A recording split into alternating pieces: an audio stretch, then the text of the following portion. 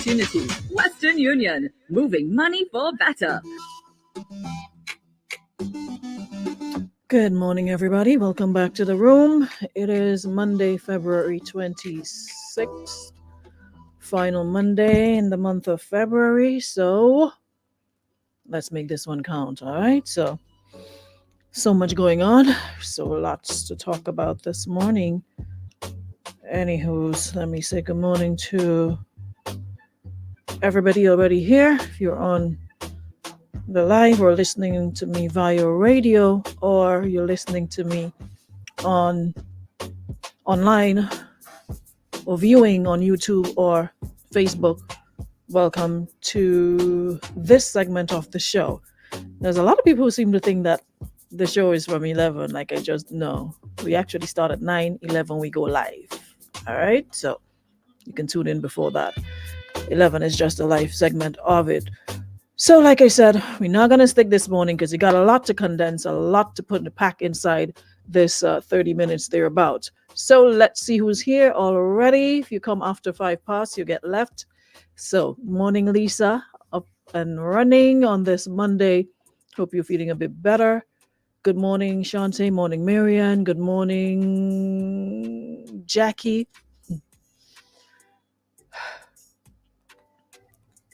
Good morning, Jackie. Good morning, Crony. Good morning. Good morning, Debs. Good morning, Lydia James. Good morning, Rita, Melvin Brown, Anasha Brown. Good morning to the Browns.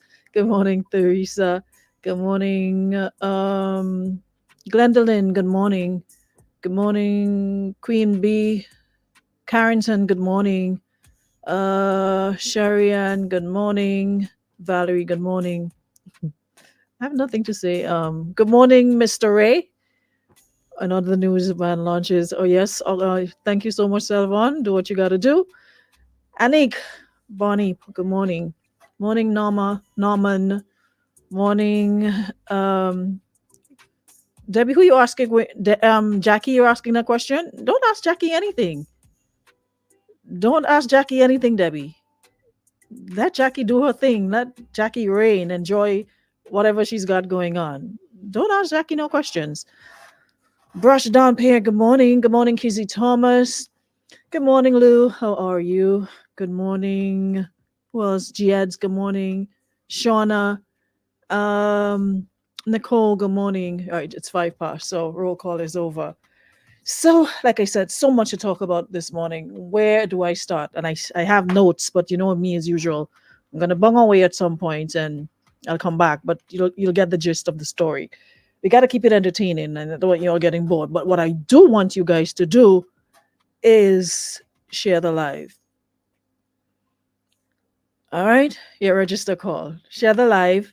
Come on in and share the live. Sometimes when I go and I look back and I'm seeing like Valerie says my face look extra bright today. I had a restful weekend. Didn't do anything, didn't go anywhere. Yes, Lydia, I'm on YouTube as well. So I guess maybe the rest you're seeing. I had a pretty good weekend. Wasn't nothing to scream about, but good nonetheless. Good vibes. So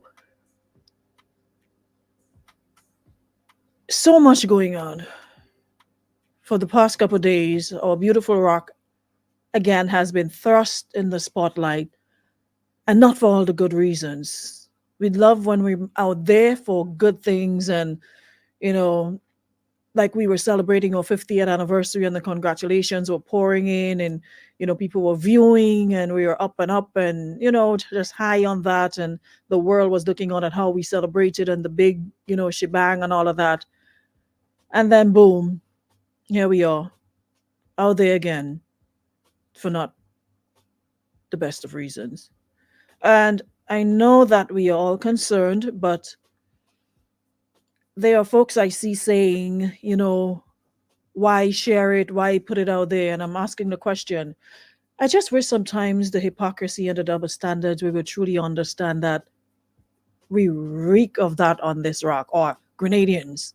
Because when we come here and we talk about Trinidad and Jamaica and other places that are crime ridden, we have no problem talking about it, right? It's all over, and it's not something you can hide. We're talking about two non-nationals. Do you think we would be able to hide that? Even if we didn't share it or didn't say anything, y'all seriously think it would not get out there? The latest news, it's all over CNN. It's everywhere. And CNN was blasting search for missing Americans on the way after yacht allegedly hijacked. That's the headline. So how do you think these folks would sit there and be like, "Oh no, poor little Grenada, we're not gonna."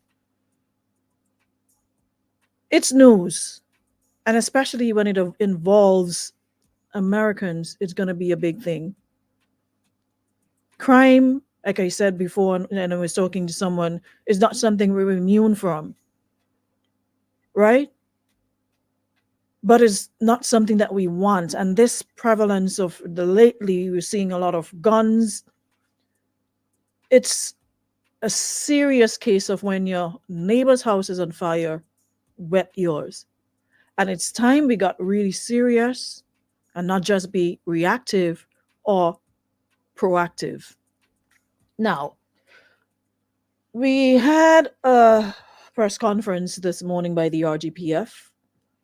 I looked at it for the most part, and then I tuned out because, and it's not to pass blame or anything. And I wish I was there because I have a couple questions that I wanted to ask, but we have our forum, so let's have our own press conference. Let's dissect ourselves over here. And I we were supposed to have this press conference on Friday, I think it was, from 11 a.m. and then it was pushed back to 3 p.m. and then it was later canceled to today. And to be honest, with no disrespect to anybody, I didn't get a sense of preparedness. It's like, okay, something happened, we have to have a press conference, so let's just have a press conference. Mr. Cohen, of course, what's his title? Superintendent? As always, gave a good account of himself, manages to hold himself together and try his best to answer the questions. But we all know that when things like that, there are a lot of sensitive, it's of a sensitive nature. There's a lot you can't disclose. There's a lot you can't say. So when you come before the press or the media, there's a lot of things you will not be able to respond to. So sometimes it defeats the purpose of the press conference, if you get what I'm saying. So sometimes it's like, okay, when you really have something to tell us, like you have a breakthrough, we know where these people's bodies are, we know who did it, why they did it, etc. We come to you and we have the answers.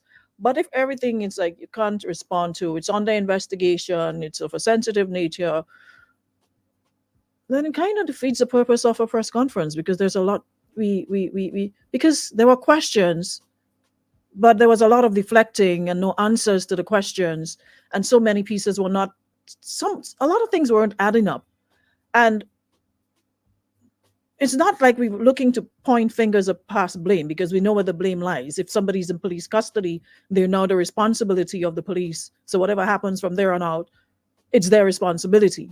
So we don't even need to ask who's to blame. Or to me, that is like obvious. It's not like these people were at their homes and their families were looking at them. No, they were in police custody. So they were the responsibility of the police. So that to me was a given. And we have this sort of a love-hate relationship with the police, but I just want to go on record to say I believe our RGPF is the very best in the entire region, based on, things that happened before and how quickly the crime rates, how they were able to solve it and stuff like that. I still believe that, but with everything else, there's good, bad, and ugly. There's still room for improvement. There's still a lot of areas that need to be tightened, and this should be the perfect time to do that. And while we might be doing comparison as to who, no two persons are the same. We understand Mr. Former Commissioner Edwin Martin. He had a good command of, the English language. He was, he was able to communicate effectively. When he spoke, you listen, because he commanded that sort of attention. Now, the current um, commissioner of police, of course, it's obvious that he does not have that same temperament as Mr. Martin. So sometimes I don't think it's fair to compare people. Whatever reasons he was giving the top cop position, it means he was qualified for it. But he just may not be able. There are some people who are effective behind the scenes, but placed before an audience, they're not able to communicate effectively. Mr. Martin, on the other hand, was very good at that. So this particular commissioner may not be his strong point, but he may be strong in other areas. And I'm not here to defend the police, because I have my personal whatever with certain aspects of the police. But on the same vein, they can't do it all.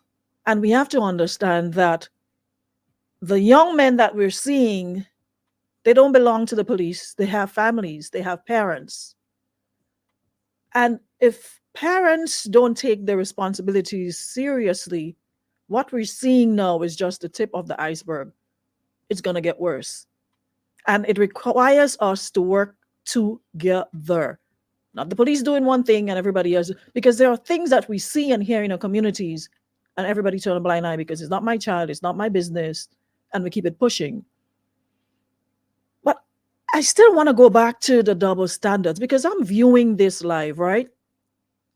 And at one point I had to swipe the comments to the side, because I'm reading some of the comments, and then I'm looking at the pictures, and these are adults.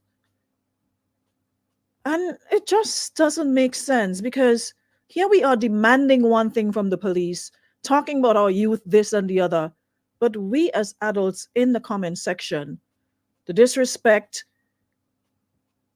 the blatant disrespect, and then we asking for youth to have respect. There was one comment that I saw from a grown man.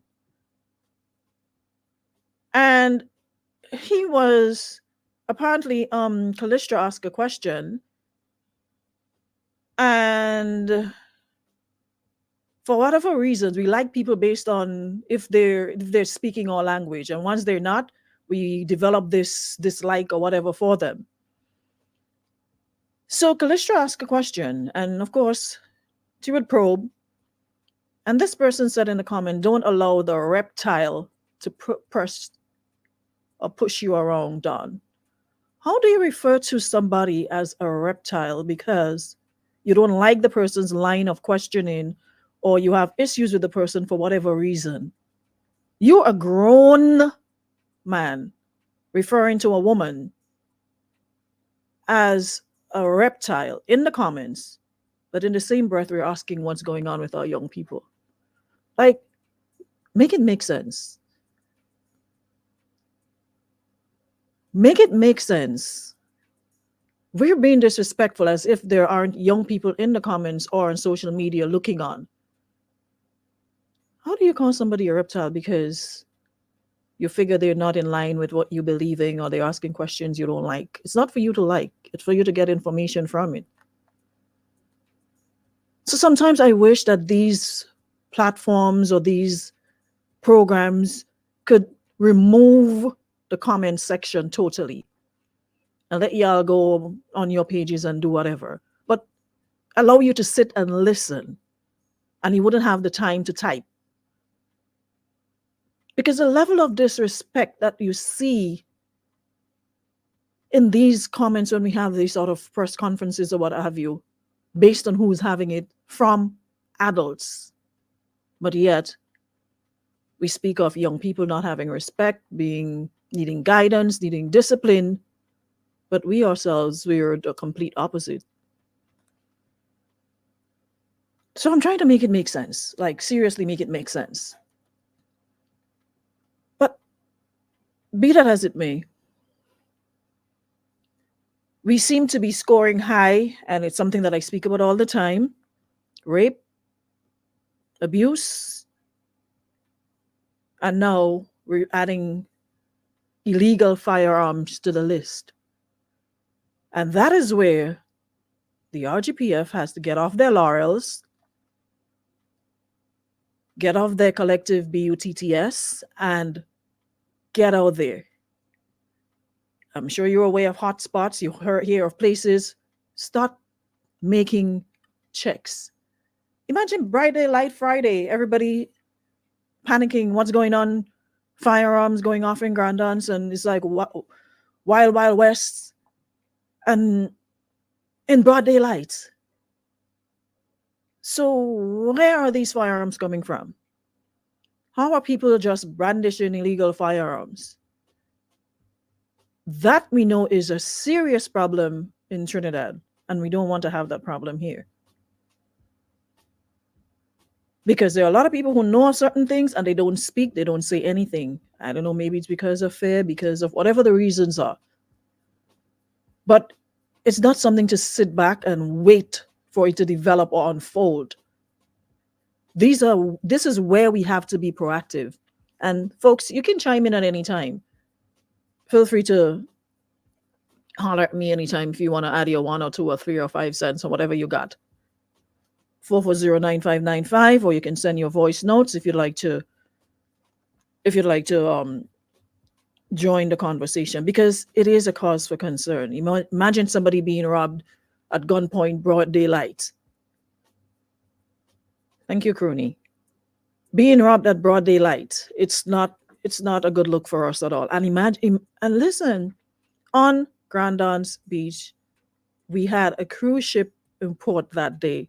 So the beach, of course, they love going on that beach. So sometimes I don't think we understand the gravity of things until it really hits us. Tourism is basically our mainstay right now, and it's not something we can afford to lose or have people saying, you know what, we're not coming there because of so and so. We don't want to ever hear that about our rock. Good morning. Hi, Aruna. Good morning. Hi, morning. There are 3 important points I would like to make very quickly. One, guns have a way of manufacturing guns, and I'm speaking hypothetically here now. Guns have a way of manufacturing guns. When somebody feels the need to defend themselves against a gun, your only option is to get a gun. And so I'm just saying that, to put that outside there, that the law enforcement needs to be very cognizant of that. All right? That's 1. 2, as it relates to our level of respect, we are generally a very disrespectful bunch of people. We feel because we have the right to say something, it is right to say.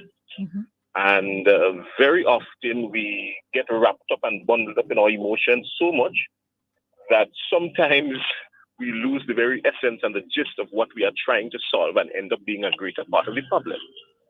I am at fault in that in my lifetime, but I thank God for the opportunity to learn, to listen, and to grow.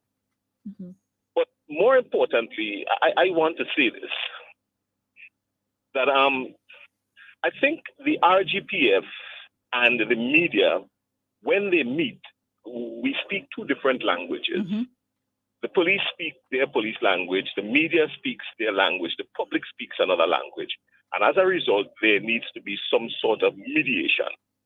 And I think what the police force desperately needs is someone who can communicate their language in the language of the general public and the media.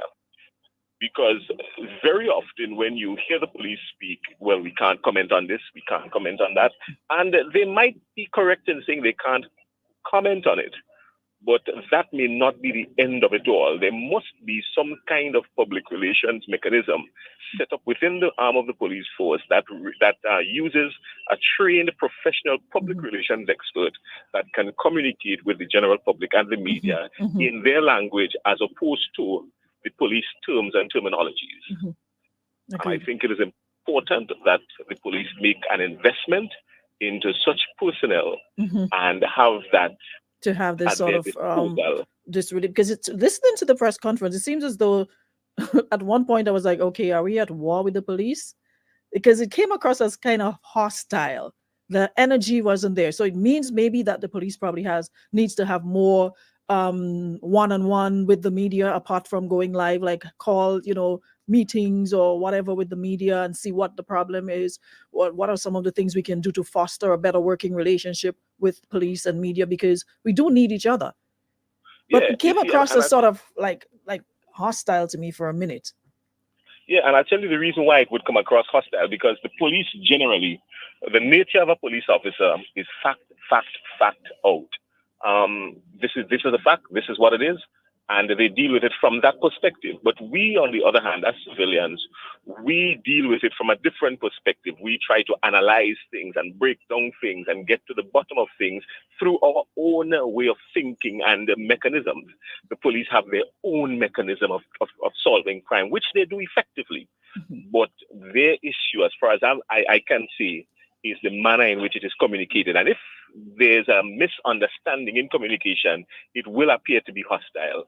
So to curb that hostility, I believe that what needs to happen is that the police would be there to answer questions, but somebody needs to be able to say, well, no, while we cannot give you any direct information on that as it relates to the case, what I can tell you is that the gentleman was so, or the young lady was so, but it cannot be no comment, because in no comment, then there's no need for the press conference. True. True. Right? Well, Those are my 3 points. Thank you very much. thank you so much. Well received and appreciated, and makes a lot of sense. And it's not now. It seems there's always this, distance between the two. And like I said, um we both need the other. So I agree with the caller that probably the police and the media, there must be a point person and some sort of, training, for want of a better word, because what I witnessed, well, as much as I tried to this morning, it was not effective. I didn't leave with a better understanding. I didn't leave with any sort of clarity. I left more confused than anything else. It was just, at one point it was a bit combative. Like, okay, there was a point ACP Cohen said, I can't comment. And if you're being told that you can't comment on a particular issue repeatedly, yes, there are times you want to probe and push, but probing and pushing would not change the answer that I can't comment on this. And when somebody says, at least that's what I learned in my training, when you're told that, then you move on to another line of questioning. If you're able to formulate a question, looking for the same answer in a different way, but to continue to say yes or no, that's when it becomes defensive, and now the sole purpose is defeated, because here you are trying to get answers, but you're being antagonistic, and the person listening, the person who have the answers, now decides to put up the defense. Okay, even though I know I'm not going to tell you anything, because it's like as though you come here to fight. So we have to be careful how we do things and the results we're looking for. But from what transpired this morning, that's not it. That's not it. So my next part of it, someone is asking if they saw something on the news, if it's true. I can't say if it's true or not. It's still under investigation. There's been no sight of the couple's body as yet, so we can't say if true or false. We just don't know. So everybody has their share. And one thing I've realized as humans, we don't like accepting responsibility, accountability, whether it's our actions or whatever it is, or contribution to whatever we don't like it. It's always somebody else's fault. And before it even gets to the police, I'm sure some of you hear the cries of teachers. But if you were going to the PTAs, etc., you would understand what teachers are facing on a daily basis with both sexes, young men and women in schools. You would understand what they're going through. You hear of how many times we've heard of fights, we've heard of so many other things pointing to that sort of behavior and what it will lead to. You see young men after school smoking marijuana because you can smell it. There's no hiding. Even in the schools, after school at 5, 6 in the evening, still chilling in town. So unless we seriously get it together, we're going to have more problems on our hand. And if you think what's happening in our neighboring islands can't get here because we're blessed and G's for God and G's for Grenada, y'all have another thing coming. With the internet and them having access to what's happening and seeing violence and gang lifestyles being glorified. And when we had an incident, what was it, February, regarding the lyrics of a particular artist and not wanting him here, I was seeing adults saying, bring them here, like, man have to eat, man literally telling you, pull out this and drop two in this person, and they don't tolerate this, and don't take disrespect. And sadly, we are not teaching our children to be leaders. Everybody wants to be a sheep. Nobody wants to lead. Nobody wants to be the lion. Nobody wants to lead the pack. Everybody wants to just follow suit. And remember last week I told you guys about the story was it last week or the week before, when I went to Inland Revenue to pay my license, and standing in the line, and these two young men who just came to the front, saw the long line, and one was telling the other, just go to the front. Y'all remember that story? That is what we have. Came to the line, saw a long line of people waiting patiently, and was telling the guy, if it was me, I moved to the front already, them can't tell me nothing. And he's looking at grown people. Some of us are even older than them. And thank God he looked at us, saw people looking at him, saw the expression on people's faces, because he knew somebody was going to fight in there. And he realized, nah boy, let me wait. And he left him there. He was like, I ain't staying here in this long highway. And guy was like, well, go on about your business. So it's the same thing that applies to our young men. And all of that has to do with absent fathers, mothers trying to raise young men to be men without the fathers, men who think, okay, if I just drop $2 in your hand, that's it. Do what you got to do. I don't have no other role to play. They themselves who might need guidance, but they're not guiding and teaching their children the way to go and what have you. So it's like, there's a serious case of absent fathers. And to those of you who are absent might think it's not a big deal. It is a big deal. It is a big deal. And they all have a relationship. It's all linked. So we can't just look at solution for one thing. We have to look at it from the ground up.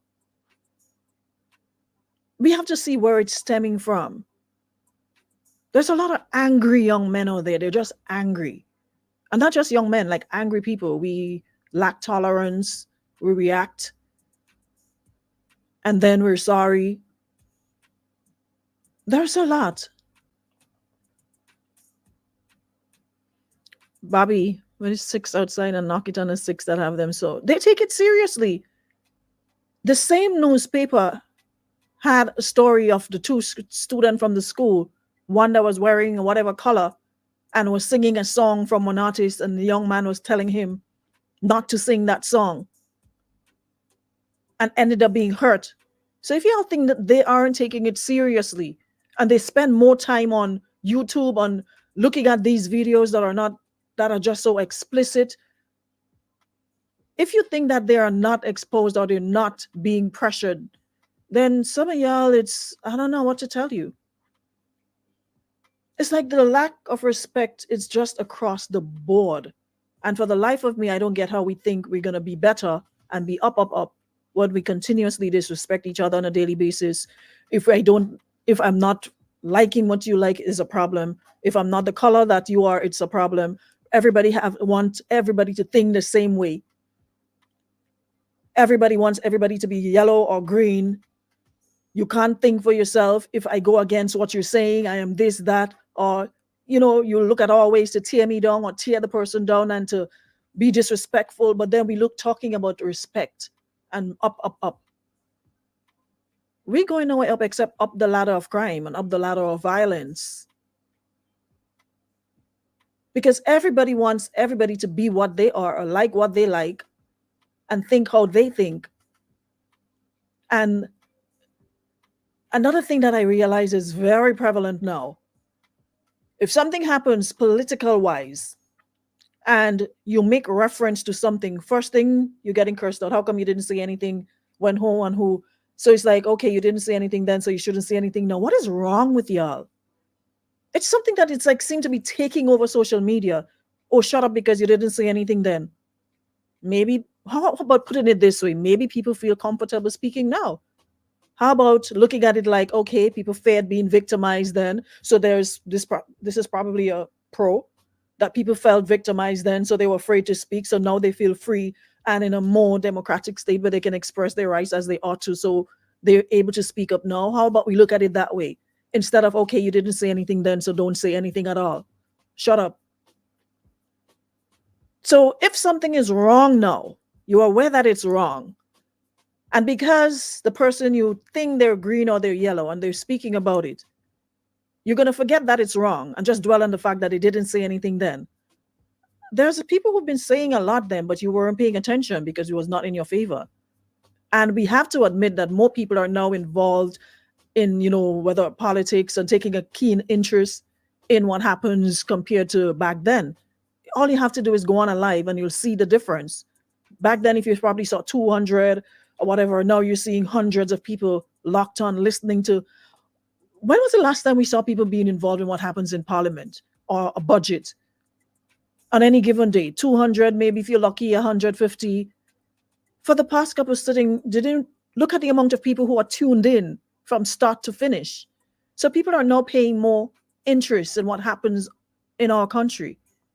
But it's like we always have to find a way to see the negative in everything and not see the positive in it. And I don't get how, if something is wrong, if something is not what it's supposed to be and somebody's speaking on it, your issue is the person speaking on it now. They didn't speak then. And we completely dismiss the fact that this is wrong. I don't understand. Alejandro says it all boils down to generational curses. Had to step out of this cycle without guidance. They grew up seeing before eyes, and therefore that's what we are conditioned into.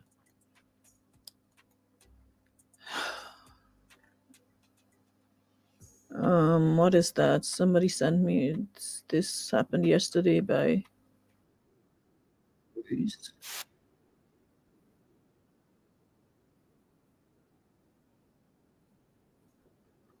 at this. Yeah. Hate me or love me, at the end of the day, it is what it is, and we seriously have to pay attention. Brand's morning, they are tuned in to shut each other up, not for the actual substance. Let's be clear of the motives. Yeah. And it's sad. So while we are here clamoring for youths to be this and that, we as adults, we're not doing good at all. The hate some of you spew on a daily basis for people you like, for what I don't like, for whatever reason, people who've done nothing to you, but you just don't like them because you lump them in a particular category or they're not on up to your standard or your cup of tea. And that's okay. We all can't be each other's cup of tea. Some people like Milo, some people like herbal teas, some people like coffee. We all have different tastes. But it's scary how disrespectful we are and how blatant we are with our disrespect. And when you see people cheering people on and you look at these people and it's like people you literally had a respect for, and then you see them under certain comments either making fun of somebody's appearance or whatever, and then we're expecting change.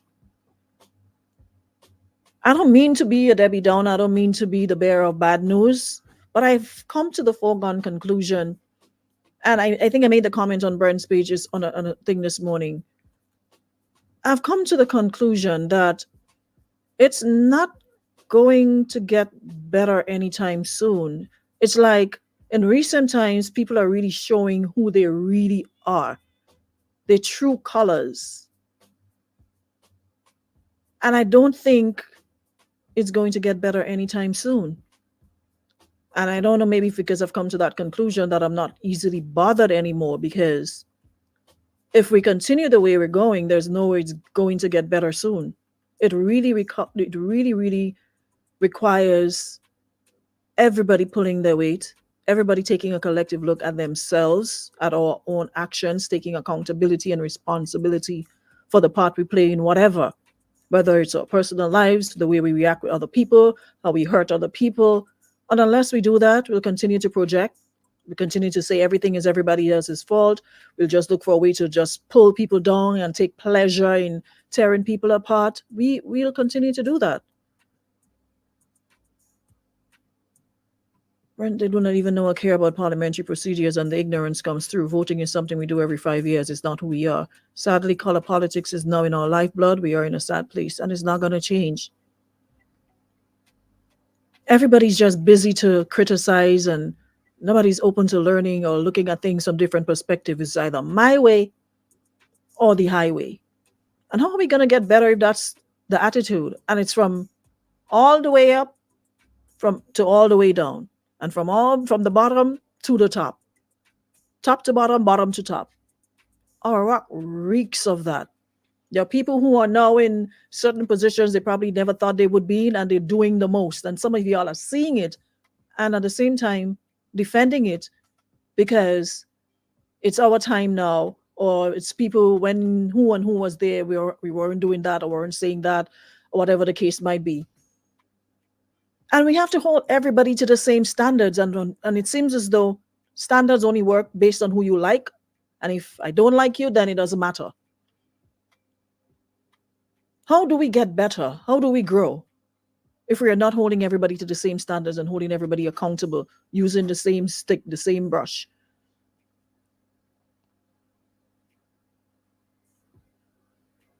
If you want to pretend that it's other, that's on you.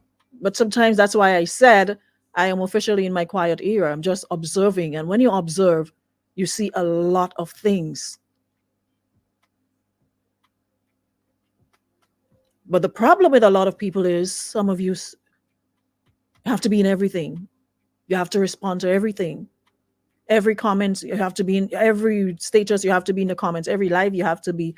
And the time that should be spent listening and picking sense out of nonsense and processing and what have you, you're too busy defending and looking to attack somebody. Many times you type something that does not align with you, then it's like, hey, here's one. Let's attack. And then you start seeing how your mother make you, what color you are, how much man you didn't have, how much man you have, under something that has nothing to do with you. But you just have a different perspective and the right, like everybody else, to speak on it. But everybody just go into attack mode. Get better when? How?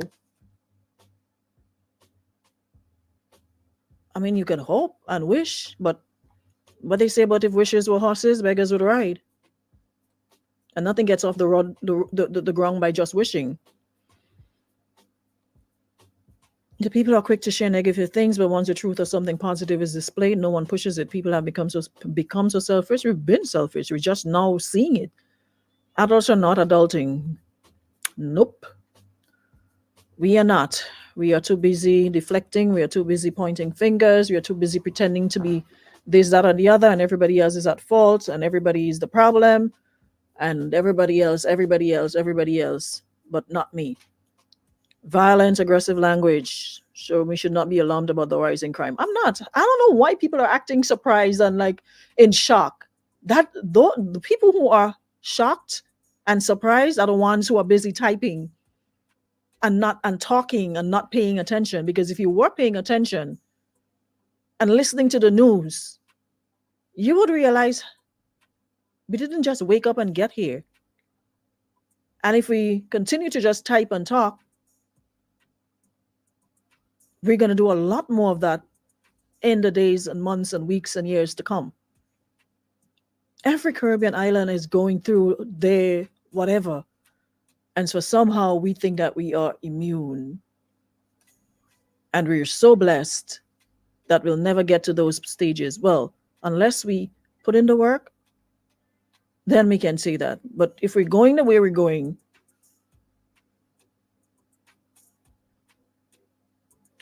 People lack objectivity, just agree to disagree, but they'd rather be disrespectful. Everybody wants to win a conversation. Yep, that's what it is. And instead of one going on the media and blaming who and who, Spice Kid, I strongly agree with you. I think now is the time for both leaders to take a firm stand and ask both sides to be responsible. You know what I long for? To see our present Prime Minister and our past Prime Minister sitting together, holding a press conference together, speaking the same language to our young people, to our Grenadians. Every 5 years as an election. After that, we can go back to campaigning. They're still doing their own thing, but I would give everything to see both leaders sitting together, holding a press conference together, calling all sides together. Let's do this together. Instead of one calling press conference by the wayside and pointing fingers and pointing blame, and it's this administration's fault, or oh, that's that administration fault. I would do anything. I would do anything.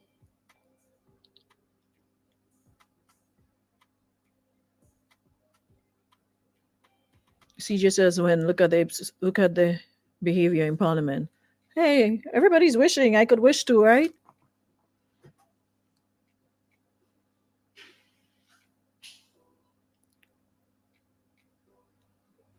I can only wish, but that is my strongest wish, to see them together, because at the end of the day, we've never heard of them being involved, violence or whatever.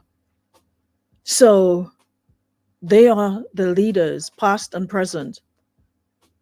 He's still there. People still look up to him. He still has his following. But if we continue with the divisiveness, it's never going to work. I pray they will sit together soon. Put down the campaigning, put down the whatever, and let's deal with this right now. Because it's not only Grenada, and we're not just talking to Grenadians. With the disappearance of these two American couples, the world is looking at us right now. CNN, NBC, ABC, whatever, see, they're all looking at us every time you put on the TV, Grenada, and that's not what you want to see. So this is not laid back or chill mode right now. And like I said, we just can't be reactive. We have to be proactive.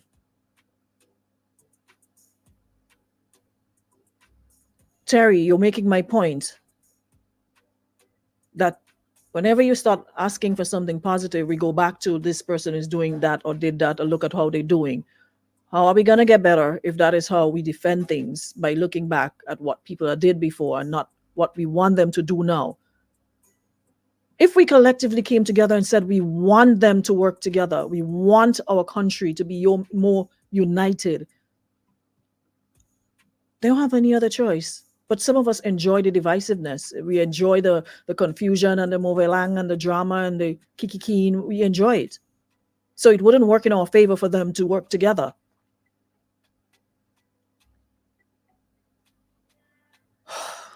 Anyways, y'all.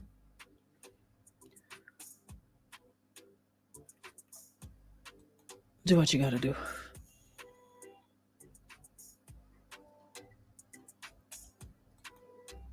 Because the same thing I'm talking about, I'm seeing some of y'all in the comments still saying it. Yes, but how about we leave the buts out and say, yes, let's get it done. Stop telling me about what I was here. I live here. I live here. More than 320 days of the year, I live here. I know what happened. I know what past did. So stop telling me that the past wouldn't do that. And the past, because I don't want to hear about that. We're moving forward. And we chose to move forward. They can work together. But if we're saying, asking them to work together, and y'all are giving excuses and reasons why, because who did this and who did that, then we are the problem. Because we try to find solutions and y'all are still coming with problems. So-and-so did, past prime minister did. How are we going to find solutions? Y'all don't understand what it means by having crisis and having a serious problem at hand. Illegal guns brandishing in broad daylight, and y'all are still telling me but what past prime minister did. And I'm saying to y'all, we are at a critical stage that requires us getting it together, doing it together. But y'all are here telling me about, you know what? Have yourselves a great Monday. I'll see y'all tomorrow at 11 a.m. in the forenoon. Thank you so much, Weekend Insurance and Western Union, for powering up our morning. Y'all, walk good. Walk good. That's all.